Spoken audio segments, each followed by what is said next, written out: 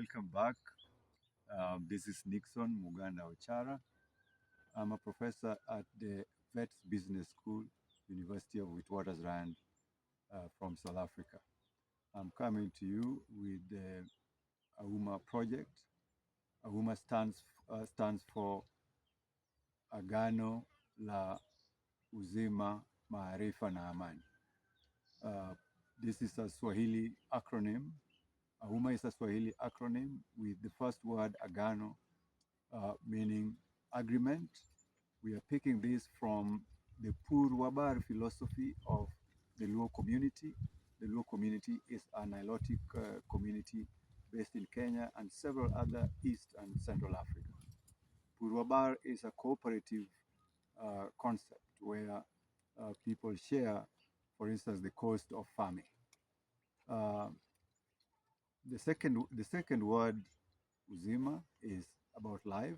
We believe that through this project, as we create fish pond gardens, fish and the feed and the food is a source of life to the community. Marifa is about knowledge. We will be linking the farmers to universities, as well as putting artificial intelligence infrastructure so that the farmers can have access to markets beyond the farm gate prices that they attract through their current investments in farming. The last word, Amani, is peace. And here we imply that where there is food, there will always be peace. We want to bring peace in people's homes through this Ouma project so that there is food in people's homes and people can have Amani or peace. So with me today are local farmers. I would like them to introduce themselves. I've talked I've briefed them about the project. And the project has three main goals. Number one is to maximize the profit in fish pond gardening. And the mathematical model is showing that each farmer within a cooperative arrangement can earn a profit of 350,000 Kenya shillings if the fish are fed over a 12-month period. But we want this to be sustainable. That's why we are linking the farmers to universities so that universities can become hubs for value addition of the farm produce that are coming from the farmers. So profit maximization. Secondly, we would like the fish pond gardens to be sustainable. If you look at the current statistics from the ministry that is concerned with the blue economy in Kenya, every year there are more and more inactive ponds from the new ponds that are built. And therefore, there is the problem of sustainability of aquaculture. We would like to bring in universities to help in resolving this problem so they become centers of value addition of the products that are coming from these gardens. And lastly, we would like to make this fish pond aquaculture to be viable for individual farmers. And so the cooperative framework is allowing us to investigate or to explore how to make fish pond gardening to be viable in the long run, because we don't want it to be a one-off event. So those three main goals, we would like to experience it through action research, through the Purwabar concept that the local community is very familiar with. Asanteni sana. I think what we'd like you is basically to introduce yourself and in whatever language you want to use, the one that you're comfortable with, ile lugha ambayo uko timamu naye.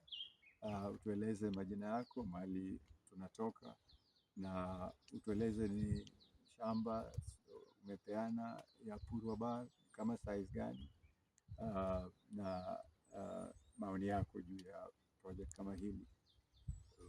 Kamano, angi nyinga iluongo ni Job Modo, Kotieno village, Kasipul constituency. Wach ni kano biro na wakawa gimoro ahinya. Nikech ndalo machien kanyo, weche mag kamagi osebiro to waseneno ka gifail, kata wan wasetemo moko manogore piny. Koro sani ka nong'iswa opimwa maber ma wawinjo, to ne wamor ahinya. An asebedo japur ma unya neno kata e background, asebedo kapuro rabolo higni moko 2-3 chien kucho. To shida mwasebedogo en wach mar chiro, emosemiyo ka koro gigi bende samoro go chunywa, nikech inyalo puro to ing'e ni chirono ema koro bedo bende shida seche moko.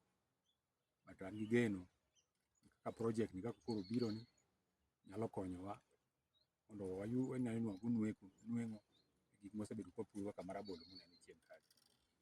But wach aonge wach mang'eny madawachi, aparo ni nyawadwani be nyalo wacho moko. Erokamano. Go ahead. By name, I'm Alan Ainda. I'm a local farmer from Kasipul constituency in Homabay County. We are at a village known as Kotieno. The nearest school is Nabula Primary and also Kotieno Primary. When Professor visited us and introduced the project to us in the language that was very, very simple and easy to understand, we accepted and confirmed that there are pieces of land that you can use to do the project, the aquaculture, and he also mentioned about horticulture, where crops like the arrowroots, the bananas, and the avocados shall also be planted.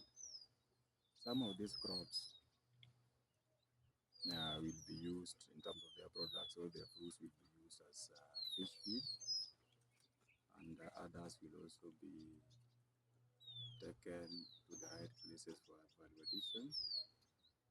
And what I liked most about this project is about the value addition, because there's a lot of exploitation of the farmers by the middlemen, where you work hard, but then you lack where to sell.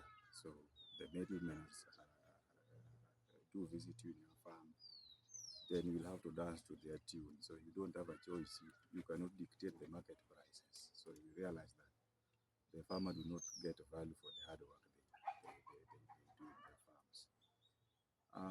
Another thing is that he also encourage us that the aquaculture thing will be done organically. We know very well that the modern world here, the agrochemicals will be limited.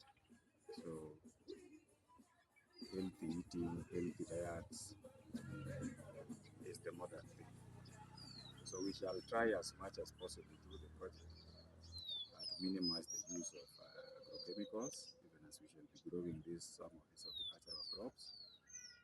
And that is why even in the international markets nowadays, if you don't grow whatever you're doing organically, sometimes your products may not be accepted in the international market. So I think it's a very good project, especially for the Gen Zs. Number one, it will be solving a lot of unemployment issues, idleness in the villages, because idleness breeds bad behaviors, crime,